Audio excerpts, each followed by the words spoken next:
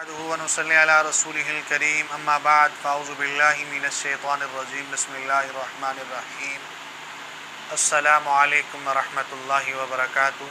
میں حکیم قاری محمد عرفان سعید السعید دواخانے سے حاضر ہوں۔ تمام ناظرین، موضوع شروع کرنے سے پہلے آپ تمام دوستوں سے میری گزارش ہے کہ میرے چینل کو سبسکرائب کریں اور ساتھ بیل آئیکن کے بٹن کو دبائیں تاکہ آنے والی ہر نئی ویڈیو آپ تک بر وقت پہنچتی رہے۔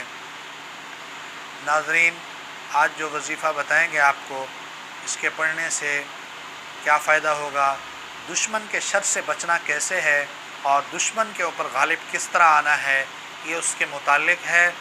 اور اس کے پڑھنے سے بڑے سے بڑا دشمن، جانی ہو، مالی ہو، جادوگر ہو، جنات ہو، انسان ہو، شیاطین میں سے ہو، کوئی بھی ہوگا، اللہ تعالیٰ اس سے ہمیں محفوظ فرمائیں گے اور وہ خود ہی ناکام ہو جائے گا، اس کو کچھ حاصل نہیں ہوگا۔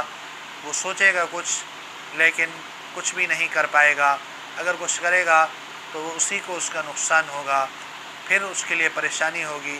چند عرصہ اس طرح کے حرکات کر کے خود ہی تھک جائے گا۔ کیا وظیفہ ہے؟ بہت آسان اور بہت کامیاب۔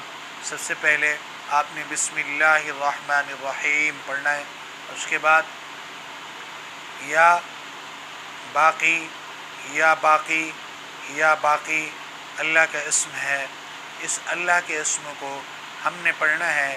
یا باقی یا باقی، ہمیں اللہ کی ذات ہی بچا سکتی ہے، اس کے علاوہ کوئی نہیں بچانے والا، دشمن کے شر سے، حاسد کے شر سے، جنات کے شر سے، جادوگر کے شر سے اور بندش کرنے والے کے شر سے، یا کوئی بیماری کے متعلق کوئی تویز، کوئی عمل کرنا چاہتا ہے، اللہ تعالی ہماری حفاظت فرمائیں گے۔